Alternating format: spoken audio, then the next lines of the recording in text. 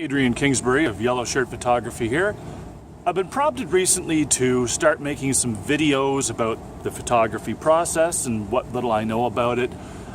And apparently I have a flair for these kind of things and being on video and stuff like that. Who knew? So the question arose. I are good at the English. The question arose to me of what kind of subjects should I cover? There's so many, and I'm technically just starting this whole journey. So I started thinking to myself, I said, Self, what kind of subjects should Self cover for subjects and stuff, stuff to talk about? So I think one of the easiest to talk about, especially for me, since it's for me it's limited because I don't have a vehicle, but for me, one of the best things to talk about to start with is location.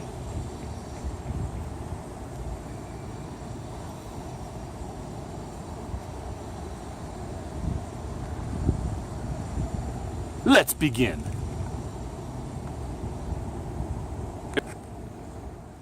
Shall I begin?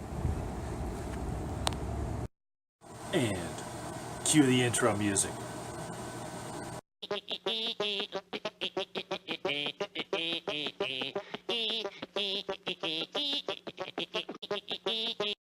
The hell kind of intro was that? Subject of location is pretty important. I mean, where you're going to shoot your subject can really make or break the whole photo. Now, if you're shooting landscapes, obviously location is the main element, so that's kind of important. But if you're shooting a model, what kind of theme for the shoot, what kind of clothing, the background will either add to that or throw it all off. So, for instance, if you're photographing a model with a very steampunk kind of style to her, a very pipe-filled, industrial,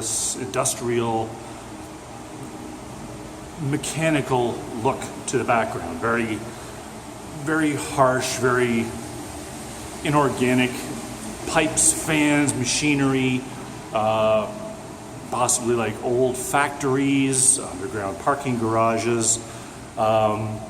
Victorian style mansions also tend to lend themselves to the steampunk / goth look.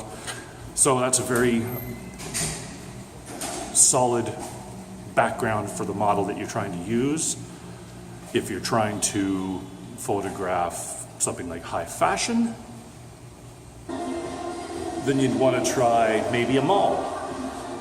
Clean lines, bright lights, lots of reflective surfaces. The perspective will draw the eye right towards the model. And like I said, lots of shiny surfaces. It's very metropolitan, city looking, because a lot of the most fashionable people tend to congregate in malls and cities like Toronto, New York, hence, stuff like that. Or let's say if you wanted to photograph a wedding. If you're trying to photograph a wedding, outdoors is probably one of the best places to do it.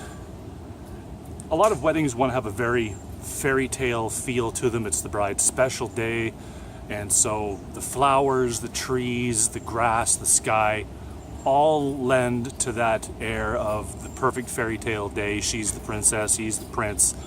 It's a very beautiful, natural setting. The light, more or less, is very good for taking outdoor photographs.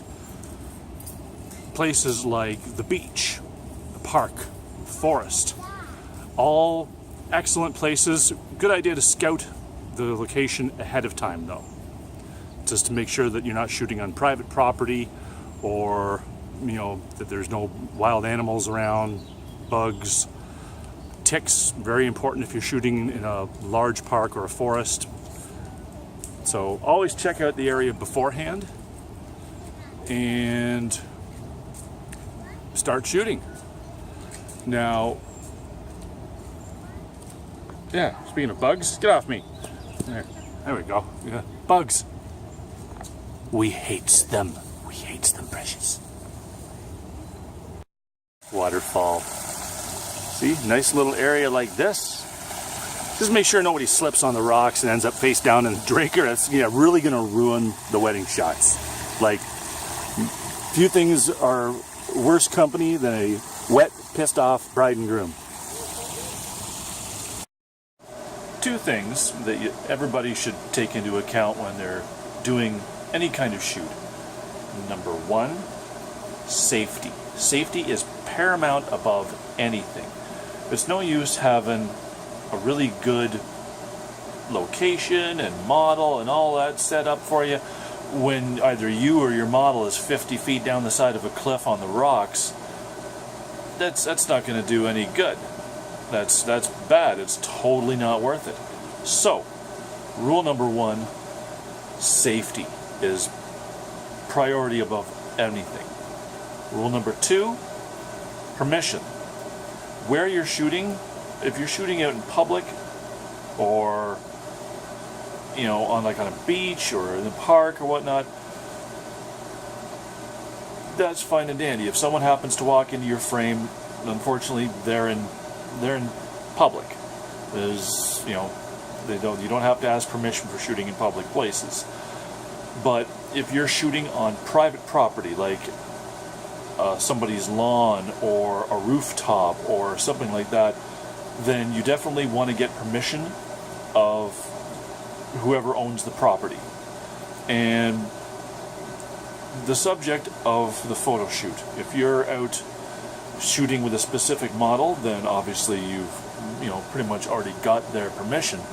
But if you're doing street photography, you don't just run up and get in someone's face and start shooting them, because not only is it possible you could be charged with harassment, you might lose a few teeth in the process. So always good to get permission of the person you're photographing and the place you're photographing, unless it's in public, like I said. So permission is the second big rule. Don't go being a jerk. Get permission. Okay, so that's it for my first attempt at a video blog all about locations that you can try and use for your photo shoot. Go out, go exploring, take a random wander in an area of your city that you've never been in. Who knows what you'll find? And if you have a vehicle, then your radius has grown exponentially. You have unlimited locations at your disposal. Jump in the car, drive out to a field. Once again, permission. There's a place just outside of town here known as the Arch. It's a farmer's field, a big stone arch built right in the field. No one knows quite who built it or how long it's been there. Great location for taking pictures. I'm down here at the Silver Bean by Little Lake. Nice park, Millennium Park. Goes all the way down to, you can't see it from here, but goes all the way down to Crary Park. Great big open expanse where I shot Big Wreck last week. Great location once again. There's a lake in the background, a fountain. The Little Lake Cemetery is right by there. Great places for taking pictures. Go out, go exploring. Even in the city that you live in, there's dozens of places that you haven't even noticed yet that are probably absolutely amazing for taking pictures. Grab your equipment, go shoot them up, but remember, safety and permission. All right? Love you guys. Have a great day.